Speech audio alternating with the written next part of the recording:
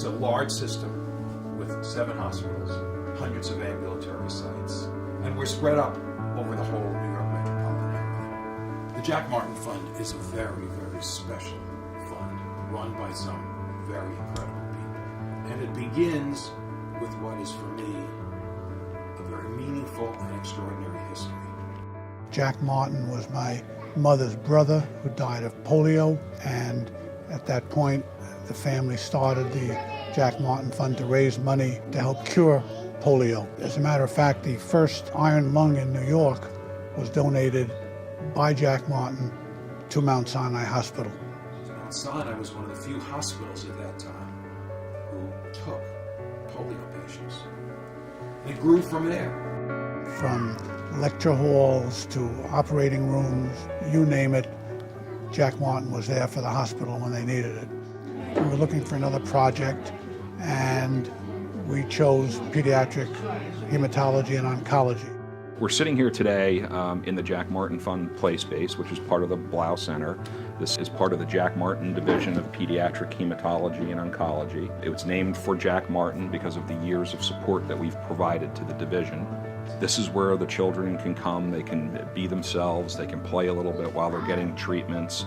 There's a young man playing video games right behind us, and it just allows them to have a little sense of normalcy in their life when they're here. We're able in this space to deliver a lot of the care that we used to deliver inpatient on an outpatient basis. So our patients come here, they spend the whole day here. We're open for 10 hours. And for therapies that we used to have to admit patients for, and they would stay in the hospital for hydration overnight, we're now able to deliver that here in clinic by having them come early in the morning, hydrate them, administer their chemotherapy, and then give them more fluids, enough fluids that they are okay for the 14 hours at home, and they come right back the next morning, and we do it again. The Jack Martin Fund has really been unbelievably loyal to pediatric cancer here at Mount Sinai for many decades.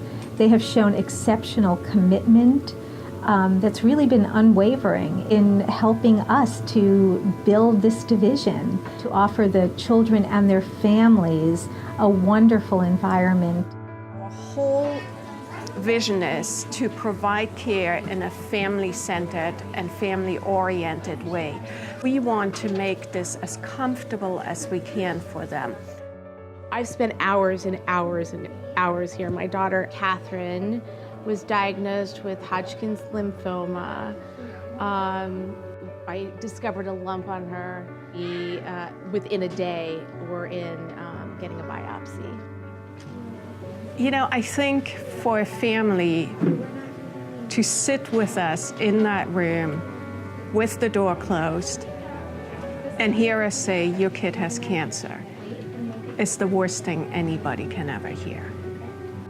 It's very overwhelming for a parent to hear that their child is very sick. It's certainly not something you think happens to you. You don't anticipate it, so this is an oasis in Mount Sinai. Doesn't take away from the fact that your kid's going through 8 hours of chemo, but at least there's a place that they can relax, and I've had my whole family here.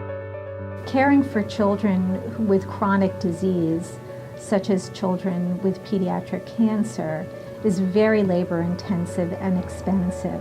In the Jack Martin Fund division here at Mount Sinai, more than 75% of the children we see are insured by Medicaid or Medicaid-managed care. So what that means is that we receive payment for the care we deliver, but it doesn't meet what the actual costs are.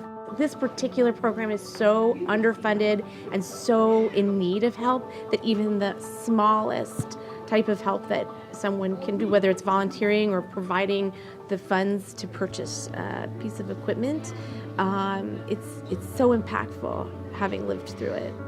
None of this would be possible without Jack Martin. It's not an ephemeral commitment. It's an episodic commitment. It means that we could always count on these people.